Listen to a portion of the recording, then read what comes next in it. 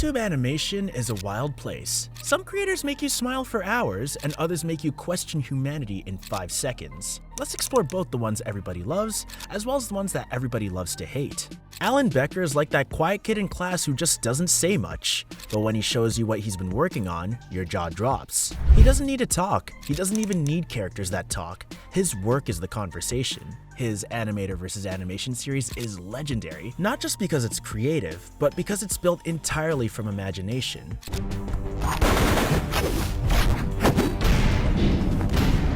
No flashy dialogue, no voice actors, just stick figures fighting, laughing, breaking through screens, and turning a simple desktop into a battlefield of creativity. It's one of those rare projects that reminds people what animation actually is: storytelling through motion, emotion, and madness, all rolled into one.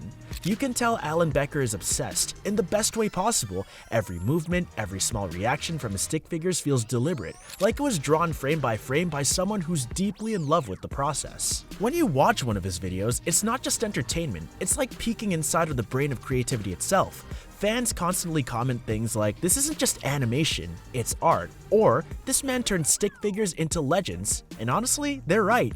Every project he releases feels alive, as if those little digital characters aren't just drawings anymore, but his partners in creation. There's emotion, humor, and even a strange sense of friendship between the animator and his creations. It's calm, it's clever, and it hits in a way few creators ever manage. You don't just watch Alan Becker videos, you feel them. But where Alan builds entire worlds from scratch, Lovedvs kinda builds them from someone else's blueprint. At first glance, it looks cute, a friendly wolf family, colorful backgrounds, and lessons for kids.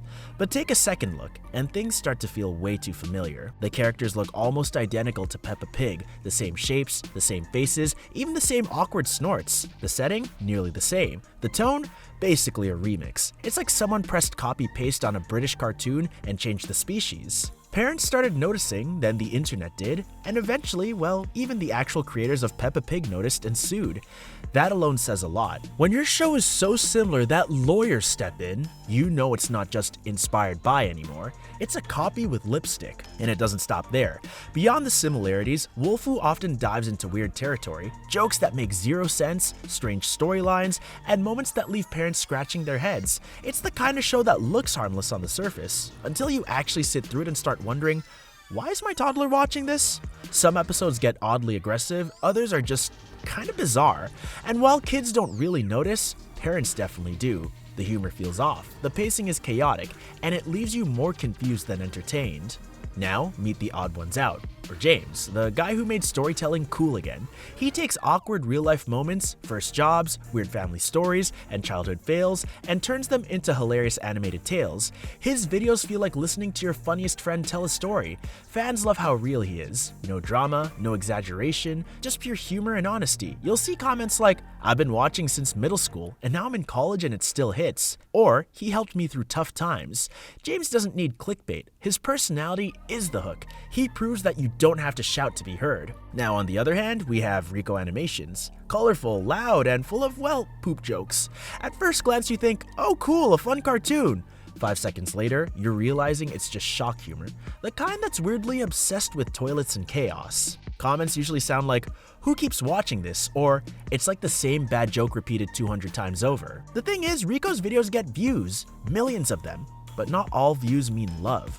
Sometimes people click just to see how bad it's gotten. While Odd Ones Out wins hearts by being genuine, Rico chases clicks by being outrageous.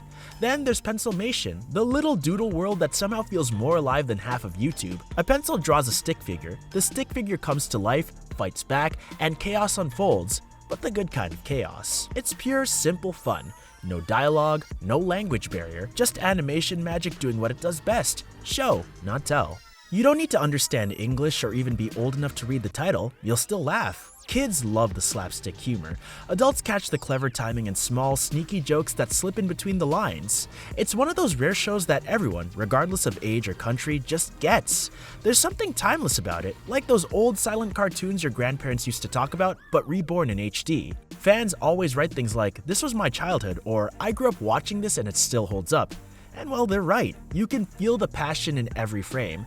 It's not made for algorithms, it's made for fun. It's silly, unpredictable, and charming in its own way. In a YouTube world filled with clickbait and copy-paste content, pencilmation feels hand-drawn and human, which ironically makes it stand out in a digital jungle. But where pencilmation feels alive, nutshell animations feel, well, a little drained. There was a time when it was everyone's favorite quick laugh, short, snappy, and full of personality. It nailed that mix of casual humor and clever one-liners that made people hit replay again and again. But then something changed. Slowly, fans started to notice that the jokes weren't landing like before. The spark, that little creative heartbeat, was fading. Soon, the comments turned from excitement to disappointment. People began saying things like, "He doesn't even animate anymore," or "This used to be funny. What happened?" And that's the thing about audiences. They can tell. They can sense when passion gets replaced by production, when creativity gets traded for consistency. Rumors started floating around that the creator had outsourced most of the work, paying freelancers poorly and focusing solely on output. Whether that's true or not, the fans clearly felt something was off. You can scroll through old comments full of love and laughter. Then, look at the newer ones, full of sighs and nostalgia for what it used to be. If there's one channel that still keeps the human touch, maybe even amplifies it, it's Jaden Animations.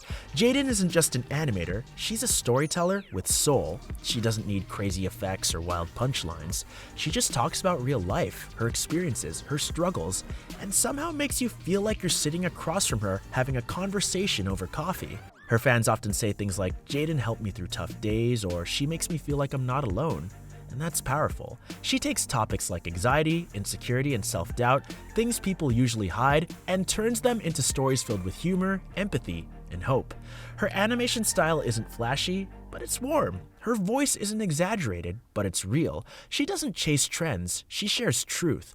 And that's what makes her different. She doesn't just entertain, she connects. And then there's Cocomelon. It's the behemoth of nursery rhymes, the giant that toddlers can't escape, and let's be real, the bane of exhausted parents everywhere. On the surface, it looks innocent, colorful, cheerful, and harmless. The characters are cute, the songs are upbeat, and every animation feels polished and perfectly timed. It's designed to keep tiny eyes glued to the screen, and it does that really well. Those catchy nursery rhymes, they don't just get stuck in your child's head. Sometimes they get stuck in your head too. But if you peel back the layers, there's a reason so many parents are raising their eyebrows. The bright colors, constant motion, and never-ending songs can feel overstimulating. Some even call it addictive or mind-numbing, like a sugar rush disguised as education. Parents often describe it as a nightmare loop. The same song, the same animation, the same overstimulation, over and over again. Some report that after long stretches, their kids become cranky, impatient, or restless, as if the constant visual and auditory input rewires their patience. And that's the thing about Cocomelon. It's undeniably effective at capturing attention and generating massive views. But attention isn't the same as connection. It entertains without engaging, captivates without inspiring, and dazzles without teaching. If you've noticed a pattern, you're not wrong. The loved channels all have one thing in common. They care about people. The hated ones, they care about performance.